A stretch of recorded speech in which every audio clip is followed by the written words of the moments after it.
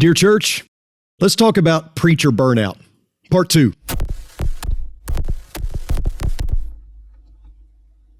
Hello and welcome to the Dear Church podcast. I'm your host, Chris McCurley. Once again, I'm joined by my friend David Deffenbaugh. If you tuned in last week, he was here to talk about preacher burnout. He is with me again to do part 2 of that discussion, and I appreciate him so much for joining us from Florida, right? That's right. Yeah, it is Florida. Which is a appropriate setting when we're talking about burnout, that you would be in Florida refreshing and getting ready to go back to work. I guess you're leaving tomorrow, you said, and going back to Paragould. Right. But yeah, how appropriate is that? Yeah, exactly. I debated when you asked last week, well, do we, asked me to do part 2, and I thought, well, I'm going to be on vacation, and I'm actually violating some things that I said last week about protecting your time away. But then again, I thought, well, I am doing what I said you should do. Exactly. Get away, separate, refresh. Well, Right. I do appreciate you coming back and spending time on your vacation to do this. I felt like last week after we got done recording, I was driving back to the office and I thought, there were still several things there that I would like to say and like to discuss, and even a couple of things I'd like to elaborate on. And sure enough, yesterday morning at church, I say yesterday morning, we're recording this on Monday. It comes out on Thursday. But Sunday at church, I had several people asking me about, different questions related to this. And one of them was, we had a sweet lady at our church, Meryl Wallace. She said, I'd like to know what the congregation could do to help the preacher avoid getting burned out, because she said that would be helpful. And I thought, yeah, that is a great point. When David, I was in Cassville, Missouri with your uncle Wayne. And so Wayne was about ready to retire, or at least semi-retire. And so I was hired to kind of be the associate and then eventually take over his role. And when he did retire and I took over that role, I was a young green preacher. I hadn't done this, before. So I was new to the job, new to the territory. And I was teaching a Bible class Sunday morning, teaching a Bible class Wednesday night, doing the devotional on Wednesday night, and preaching Sunday morning, Sunday night, did the bulletin. Just about anything and everything that was done, I had to do. And I'm not complaining because I know Wayne did that for 25 years there. So I know that other preachers do that on a regular basis, and I don't mean to whine, but it can lead to a guy just saying, you know what, I can't sustain this. I can't keep it up. That's an example. Yeah. What do you think the congregation can do to help the preacher avoid burnout? Well, there definitely are some things that a congregation can do. But there are some limitations to that as well. So we'll just start with the first. And the first thing I would say is just love your preacher. Yeah. And I know that you and I and other preachers, we have been greatly blessed to work with congregations that have been good at expressing that love and support. Absolutely. To you. And so just keep doing that, doing what you're doing. And so that's always appreciated. That is always appreciated.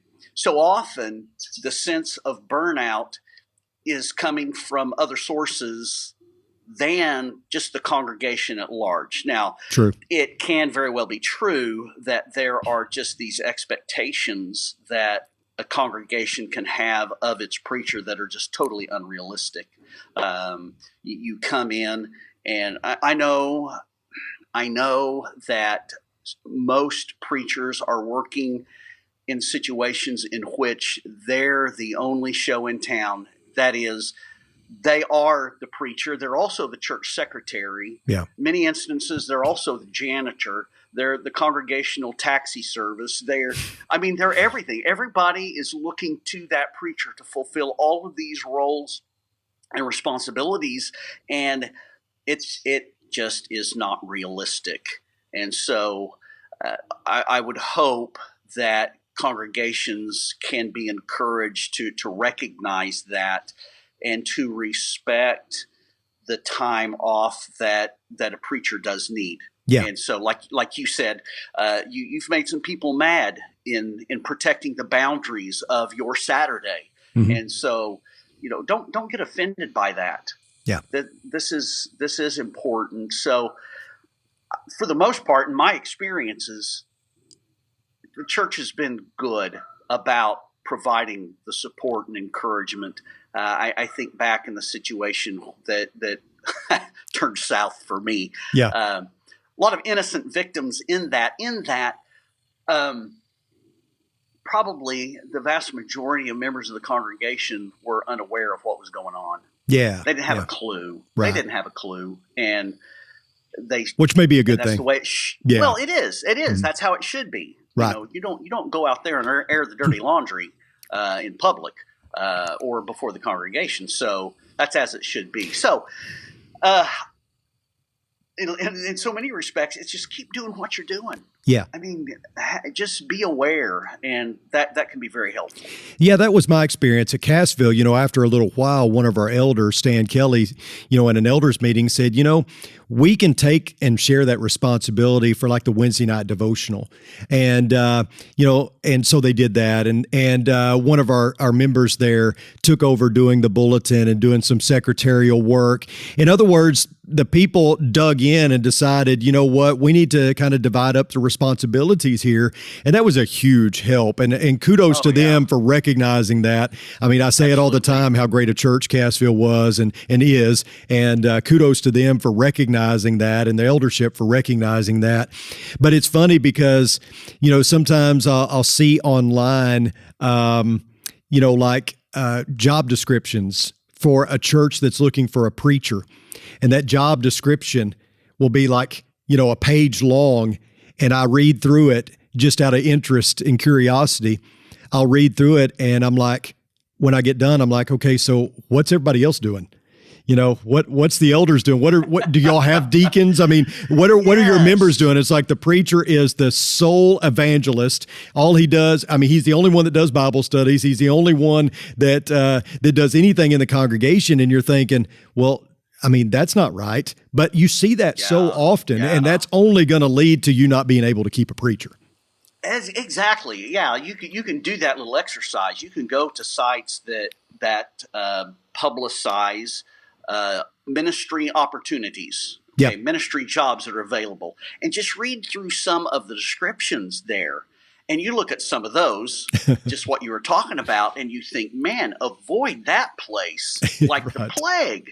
Right. They're going to kill you. Yeah. And so it's not that every congregation is perfect, obviously. Not every congregation has reasonable expectations of their minister, obviously. But my personal experience has been, by and large, for the most part, congregations have been good about not putting those expectations on you. So I said a while ago that there are really two sources for the stress, and it's typically not the congregation.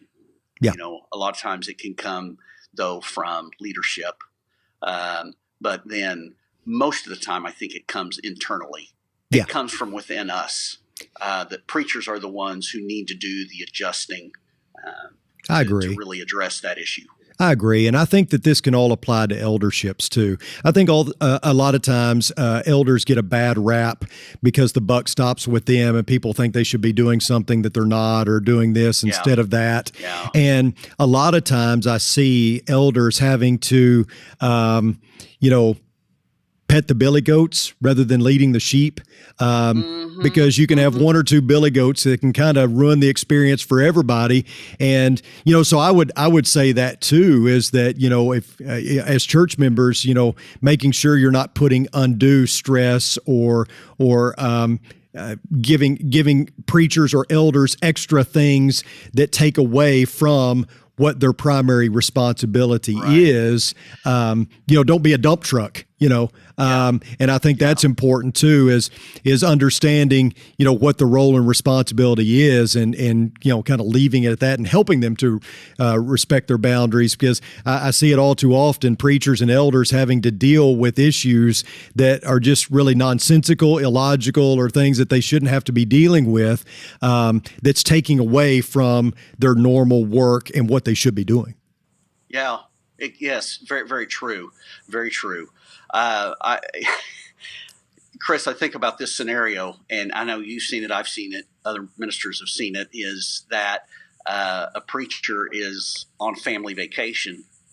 Yeah. And there's a death in the congregation. Mm-hmm. Yeah. What do? You call the preacher off of vacation. What do you do there? Yeah. Yeah. So there are a lot of people who think, well, he's got to come back off of his vacation, Yeah. and who people who do not understand that. Okay, I had you you've got this conflict. Okay, you've got these two things butting head. Yeah. My family needs this time. I need this time, and I need this time with my family. Absolutely. But then we have a congregational need here, and I'm the preacher, so I've got to be the one that step into that role. So you're in this situation where whenever you say yes to something, you're saying no to something else. Yep. And that little thought has helped me a lot. I can make all kinds of claims about how my relationship with my wife comes first, and my family, that comes first, and I'm good at maintaining and keeping that relationship. But then something comes up, and I say yes to it, and this happened very recently for me. Mm-hmm. Something I said yes to, which practically speaking, I said no to Tanya. Yeah. And that was the wrong decision. It was absolutely the wrong decision to make. And so, there are situations. I also heard this one recently. Man, I'm still learning this, Chris. I'm still learning. That's a little disheartening for me that's a little younger than you, that you're still learning this. But most of the decisions that we're faced with in ministry are not decisions between good and bad and right and wrong. True. They're decisions that are between bad and worse. Yeah. Okay. Yeah. So there's not a situation here where I'm going to be able to make a decision where there are no bad ramifications of it. Right. But I do have to make a decision about what is ultimately the most important thing here, and I go with that. And on the other side of that, you let the chips fall where they may. Yeah. What can you live with? Is what you're saying. Yeah. Exactly. Yeah. So. Good points. Yeah, because what my experience is, and it's a good problem to have in some respects. But here at Oldham Lane, we do a weekly television program, and it reaches a lot of people in our community and beyond, and we get a lot of fruit from that. We have a lot of people come our way because of that. And on the TV program, we talk about if we can study the Bible with you or whatever. We end every episode with, if we can help you understand what it means to be a disciple and all that, contact the church office. We have plenty of elders, plenty of ministers, plenty of people in our congregation that will take those, folks that call and work with them and talk with them and do whatever they need to help them understand, what it means to be a Christian, study the Bible with them, whatever. But guess who they want to talk to? They want to talk to the guy they saw on TV. And if you tell them, well, I don't really have the time, but we have plenty of people that'll sit down, you don't hear from them again. And it's tough because, when you have the responsibilities of funerals, meeting, counseling, meeting with members, new members, all those kind of things. And you still want to hit a home run on Sunday. So you at some point have to be able to close your door and get some sermons done when you're preaching twice a week or whatever. It becomes really, there's only so much of you to go around. And so what I found difficult to avoid, overstressing yourself and overburdening yourself is just kind of having to say, look, I just can't do it. I can't meet all of those expectations. And, that's right. And that's a hard place to come to. It's nice to be wanted, that people want to come in and visit with you and they like you. At the same time, it's just not feasible to spread yourself that thin. Those kinds of things are very affirming to you personally. Sure. When that happens. Sure. And so, I think, and this is one of the points that I hope we can spend just a little more time with is you've got more things that need to be done or could be done than you have time to do. And so This is where this time management comes in. And I do hope we can come back to that in just a moment. But we were talking earlier about congregation, congregational expectations. And, part of the congregation, obviously, is the leadership, which includes our elders, our shepherds, and their role in this. And again, I have been very blessed to, by and large, to work with elderships that have been very good about providing me the space and not putting out their expectations that are unreasonable. I've come to think of it this way. When members of a congregation have a problem or an issue, they typically go to an elder first. Yeah. We have somehow we have come to the point of looking at our shepherds, our elders, as being the complaint department. Right. I have a gripe, I have a complaint, then I'm going to go dump it on the elders. And so it turns out that most of what congregation or elders hear from their congregations is the negativity. Yeah. Here's a good one. If members want to know what they can do to help the church and help the preacher even indirectly is, man, when you see something that you appreciate about what the elders, the shepherds are doing, let them know about it. Absolutely. Say thank you. We appreciate this. We know there's a lot of pressure. We know there's a lot of stress on you guys, and we thank you so much for what you are doing. They don't hear near enough of that. I agree. They're not looking for it. They're not going to ask you for it, but do it anyway. Exactly. That would be a fantastic thing. That would be very helpful to them. Absolutely. Beneficial to them. Absolutely. So let me ask you this, and this is a good segue because you just mentioned it, and we talked a little bit about it last week, but instead of always talking about what the members can do and what others can do to help the preacher avoid burnout, obviously the onus is on ourselves as well. And we've talked a little bit about that, drawing boundaries and things of that nature. You mentioned time management. So what are some things that I can do that as a preacher to help me unload some of this and not be so maybe stressed and then of course to avoid burnout ultimately? What can I do to manage my time better? One of the things you have to do is you have to build into your management of time an opportunity for release. Yeah. How do you want to say this? A release valve. Enough pressure builds up.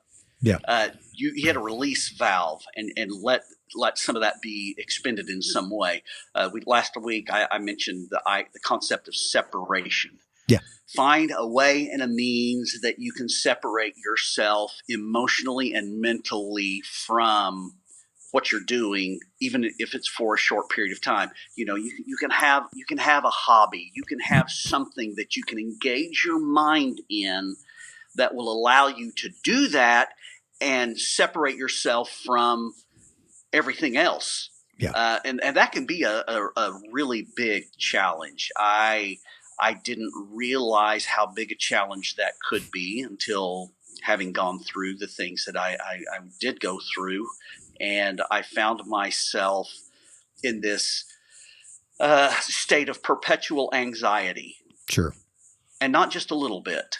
I come out of this with a better appreciation for people who are facing anxiety as an ongoing issue. And I would have to find things to even be able to sleep at night. I had to find things that would distract my mind from what was consuming my mind. So that's an extreme instance, but you back off from that and you find things to do that will allow you to detach from emotionally and mentally ministry. Yeah. Yeah. Okay. Now, you've got to build those in and you've got to protect those things, but you have to treat your time like hopefully you're treating your money. Okay. Budgeting. Yeah. Okay. Yeah. Budgeting in essence is making the decision ahead of time of how you're going to spend your money. Yes.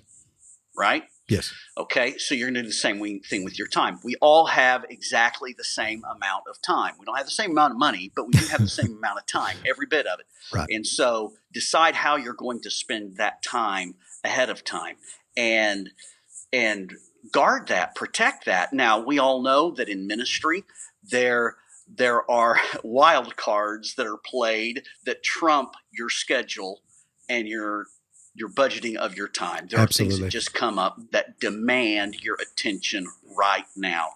So that's going to happen. But the biggest problem for us most of the time is that we have this time that we've not determined what we're going to do with it. Yeah. After we talked last week, I mentioned some books that I have found to be exceedingly helpful. One of those books is by Gordon MacDonald, and Yeah. it's titled Ordering Your Private World. Ordering Your Private World. A lot of good things in there, but one of the things he talks about, he came up with what he calls MacDonald's three laws of unmanaged time. Yeah. He said, number one, unmanaged time flows toward my weaknesses.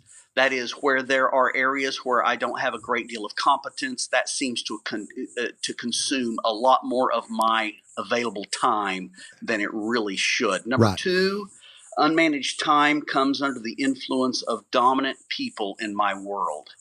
Huh. There are dominant people, there are strong personalities who have all kinds of ideas about how they would like to use your time. Yeah. Okay? Yep. There is a congregation out there that has all kinds of ideas about how you as the preacher ought to be using your time. Mm-hmm. When I first started preaching, my dad told me, he said, now, David, remember that you're preaching for God. Yeah. How many ever number of people there are in your congregation, if you let it happen, you could have that many bosses because they all have an idea about what you ought to be doing with your time. For sure. And so if you have not managed your time, if you have not designated your time, and this dominant personality comes along who has an idea, okay, here's what you should be doing, then we've been there. There's that sense in us that wants to please, and it wants to do what will make us acceptable, and so we give in to that. Sure. There have been unfortunate circumstances in which that prominent personality has been an elder. Yeah. And I remember getting the call on a Wednesday. Mm-hmm. Okay, David, here's what I want you to preach on Sunday. Huh. Okay. I was flabbergasted. No kidding. Absolutely flabbergasted. So manage your time so that you know what you're going to do with your time. That dominant personality comes along. You can consider what they have to say. Sure. But then you can also respond to that. Well, I'm sorry, I'm not available to do that. Yeah. I've already determined what I'm going to do with my time. Right. Now, do dominant people ever have good ideas and good thoughts, things that ought to be pursued and investigated? Well, sure they do. Absolutely. But you don't want to let them dominate. Okay, number 3 was unmanaged time surrenders to the demands of all emergencies. Yeah. And there are emergencies that come up all the time. Absolutely. I remember this line. Another person's, this is how it was said, your failure to adequately plan and prepare may constitute an emergency in your life, but that doesn't necessarily mean that it's got to be an emergency in my life. Right. So every emergency that comes along, some of them, absolutely, they take priority. You have to deal with them, but not everyone, not every supposed emergency that crops up in a person's life. You don't even know why that person is feeling like they've got to talk to you right now. Exactly. Maybe it's because right now is when they have a moment to talk about it. Sure. Well, you may not have the moment to talk about it right now. So anyway, I thought those were some good thoughts. Oh, absolutely. About unmanaged time. Yeah. How to deal with that. No, I like that. Gordon MacDonald writes some good stuff. Go ahead. You were going to say something else. Yeah. Sorry. Well, I was just looking back through. I think another thing that a minister has to do proactively is to build a robust personal walk with God. Yeah. Now, you hear that, you say, well, of course. Yeah. Well, but how few people actually ever do that. Yeah. You are in the situation where you're preparing 2 sermons a week. You're teaching at least 1, maybe 2 Bible classes a week, maybe more than that. You're doing all of these other things. Okay, so when is the time that you have that you spend building that personal relationship and walk with God. Yeah. It has nothing to do with a sermon you're preparing. It has nothing to do with a Bible class. It has nothing to do with an ongoing study, but it has simply to do with your walk with God. Yeah. And we never get to that point far too often. Another book. I'm trying to work these in wherever I can, Chris. Another book, and this is somewhat of a classic, but it is titled Emotionally Healthy Spirituality by Peter Scazzero, or Scazzero. Don't know exactly how you pronounce that name. And I have sympathy with that being named Deffenbaugh, but Peter Scazzero. The subtitle here is "It's impossible to be spiritually mature while remaining emotionally immature." Yeah. And we get by with that, or we try to get by with that a lot in ministry, is we focus on the spiritual maturity, but not the emotional maturity. I wanted to just look at one thing here from this book, and there's a lot of really good stuff in this book. Sure. If I can find exactly what it was, yes, here we go. Work for God that is not nourished by a deep interior life with God will eventually be contaminated by other things such as ego, power, needing approval of and from others, and buying into the wrong ideas of success and the mistaken belief that we can't fail. Wow. Yeah. We do a lot of work for God, but we do precious little about working with God. That is personally with God, developing that relationship in a deep and meaningful way. Yeah. That has been one of the things that has changed for me in the aftermath of all of this is giving time to that. I have spent an awful lot of time in the Psalms, actually living with the Psalms. You know, our friend Wes McAdams has done a lot of work in recent months and years on reading these extended portions of scripture, an entire book of the Bible in one setting. Extremely beneficial, extremely helpful, kind of challenging to do, but the Bible needs to be read that way. There's another end of that scale that also the Bible needs to be read repeatedly, in smaller sections, repeatedly. Yep. And there are truths and realities of the Word of God as it personally applies to us that will never be touched by single readings of Scripture. Right. We're the old, I grew up in a church that, one of the things they asked Sunday morning in Bible class, okay, how many DBRs do we have? Daily Bible readers. Yep. I can remember being on a camping trip with buddies, and we were out on a creek bank, and all three of us realized we hadn't read our Bible yet today. Yeah. And among the supplies that you bring is newspaper to help you start a fire. And so we started scouring through those newspapers to try to find. And so finally someone found a daily verse out of the Neosho Daily News. And we read that Bible verse. We thought, okay, now we can raise our hands Sunday morning in Bible class. Check it off the list. Yeah. How often is that not exactly our approach? Okay, I'm going to read through the Bible in a year. Wonderful practice. Yeah. But we have somehow decided that that's the only way to go about reading the Bible. Right. I'm gonna start a class in September at Center Hill on Bible reading for spiritual formation. Yeah, I like that. We read the Bible for information. We read the Bible probably way too often simply for confirmation. Now, that's not a bad thing in and of itself, but we're only looking for what we can use against those who don't agree with us, right, theologically and religiously. But how often do we read the Bible for the very purpose of it changing who we are? Yeah. Yeah. Don't be conformed to this world, but be transformed. When it comes to church, we seem to be allergic to change. Right. Well, obviously, there are some things that never can, will, or should change. Yeah. But there are some things that better be changing. And if they're not changing, we're in deep, deep trouble. I agree. And that's true of us personally.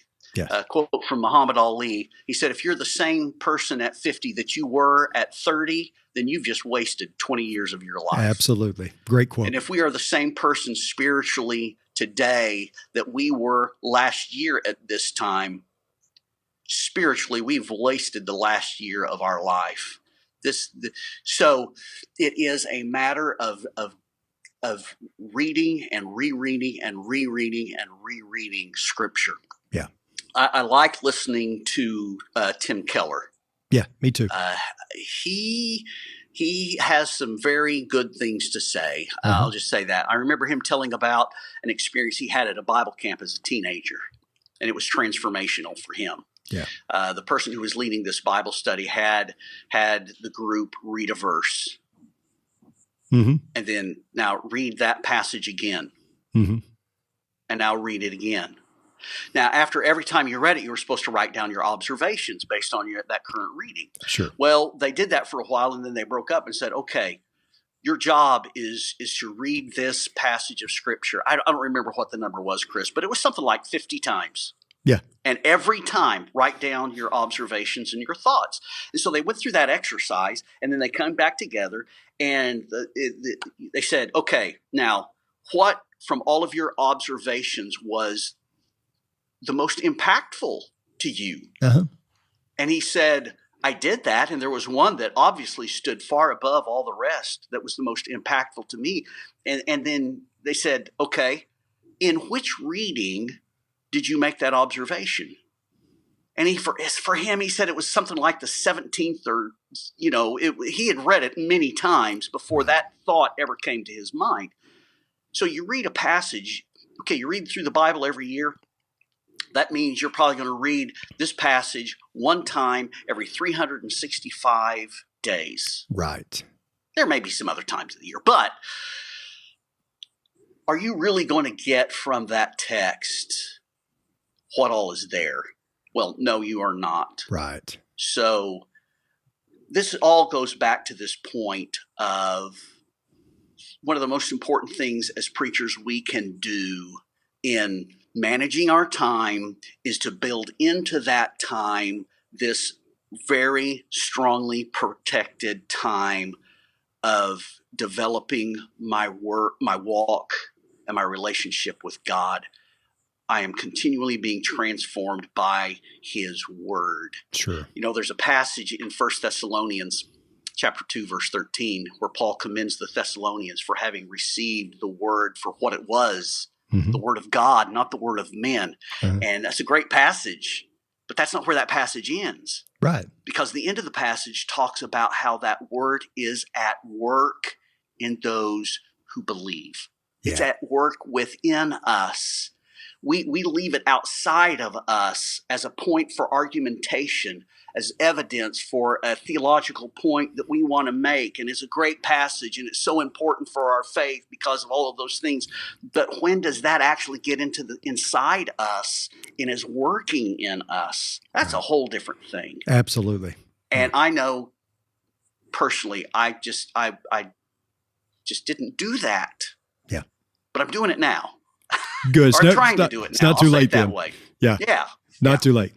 So, David, as we wrap up our time together, let's talk for a few minutes about how to heal from a bad church breakup. Okay? So let's say that a minister is in a situation where it just doesn't work out. Whoever's at fault, congregation, elders, preacher, whoever's at fault, cut ties, fired, whatever you want to say, resigned, whatever. Talk about healing from a bad church breakup. What are some of the things that a minister can do when there's been burnout, the burnout has led to a bad situation, or the bad situation led to burnout, whatever, and you're hurt, you're wounded? How do we heal? Well, there are a lot of things you don't do. Yeah. And I can think of some things that you do. When you're hurt, when you're wounded, you're feeling wounded, man, don't react.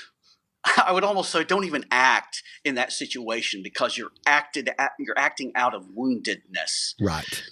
When an animal is wounded, you cannot help them. I remember Taney and I driving down the road one time, and there was a beautiful collie dog that had been hit by a car, and it was laying there in the road. And I told him, we gotta help this dog. And so we stopped, and I went out, checked for traffic, and went out to try to help this dog. And man, it snarled and growled, and it was in attack. It's very defensive. Yeah. I could not help that dog. And so you find yourself, and it's human nature. People often do lash out when they're hurt and they're wounded. They become exceedingly defensive. Yeah. When the writing was on the wall, so to speak, this was several months prior to things crashing down very personally. It was obvious that the church was where we were, it was heading in a very potentially explosive situation. Yeah.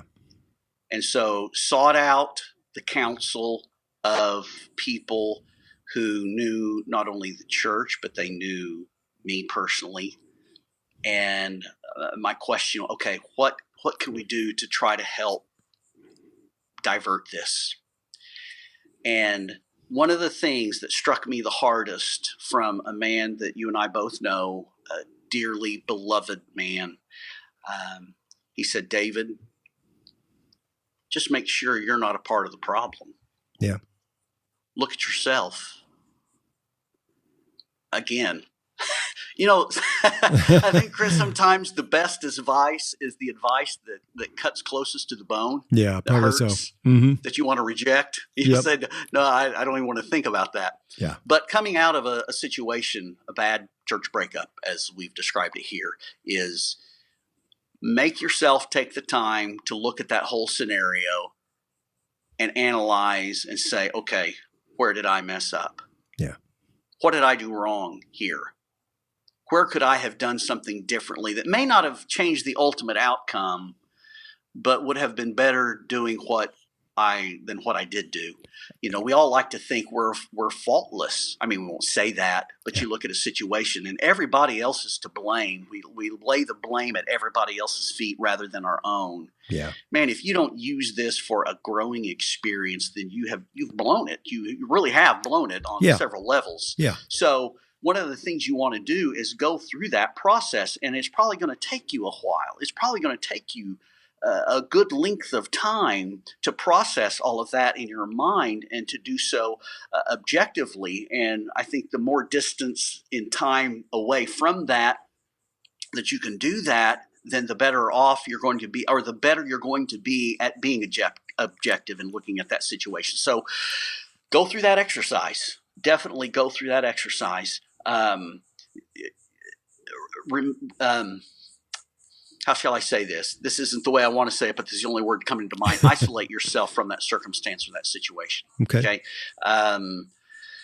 Which I know I did personally. I had to do it personally. I had to essentially just isolate myself. Okay, the breakup happened. We went on to another town, even to another church, and I did not allow myself to say, okay, I want to know what's going on back there. I want to know. Right. No.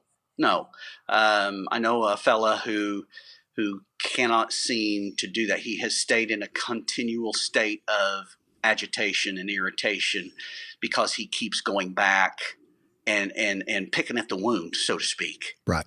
Just let it heal over, let it be done. And I know that's difficult for some people to do. So, absolutely. So don't do that. You've got to get your mind focused in the direction that it needs to go post breakup, right. Which means, okay, for me, that means, okay, another ministry role, another ministry position in a different church. So, okay, all of my energies and attentions are going to be focused here. Yeah. Now, it could be, depending on the situation, it could be that you've got to go back and you've got to deal with some things, some ongoing issues with different people or whatever. Then yes, by all means, do that. But your focus is here, right, in moving forward. I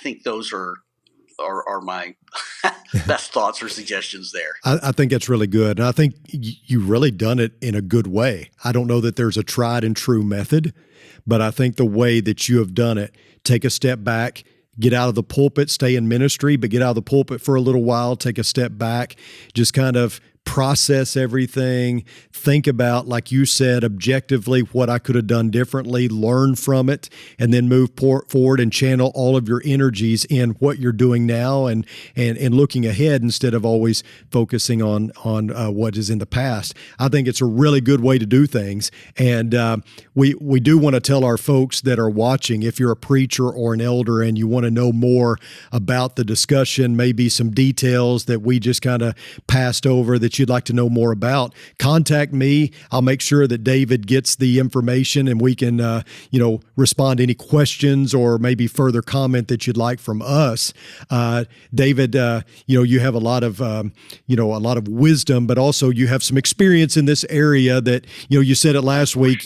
Yeah. Well, you said last week you don't want to be attached to the moniker of preacher that burned out, but obviously that's not why we had you on here solely, because we wanted to benefit from your wisdom and just preaching in general and seeing different experiences, but also experiencing them yourself. And so I think that's been very meaningful, and you've been very helpful to us. Well, good. Chris, if we can, there's one other book I do want to mention. Please do. This was actually the first book that was mentioned to me. Actually, my son recommended it to me.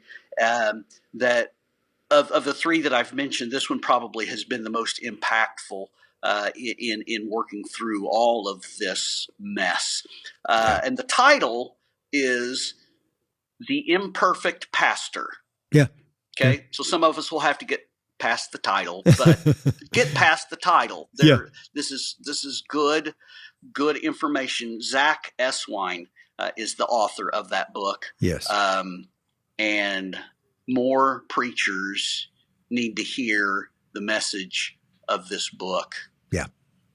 Even if you don't see yourself struggling at this point, right. You need to read it. I'll just say that. Well, thank you. Yeah. And thank you for your time, David. We appreciate you. Hey, thank you. We appreciate you and that cricket joining us for the podcast today. And see, I'm not even hearing the cricket.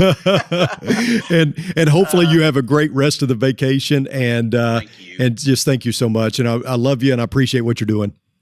Thank you, Chris, very much. Mutual respect here. Yes. I appreciate everyone tuning in as well. Again, if we can help you, chris.mccurley@rippleoflight.com. Questions, comments, let us know. I'll send a specific question that you might have for David on to him, and I'm sure he'd be glad to answer it. Thank you so much for tuning in. Until next time, may the Lord bless you and keep you. Sincerely, Chris.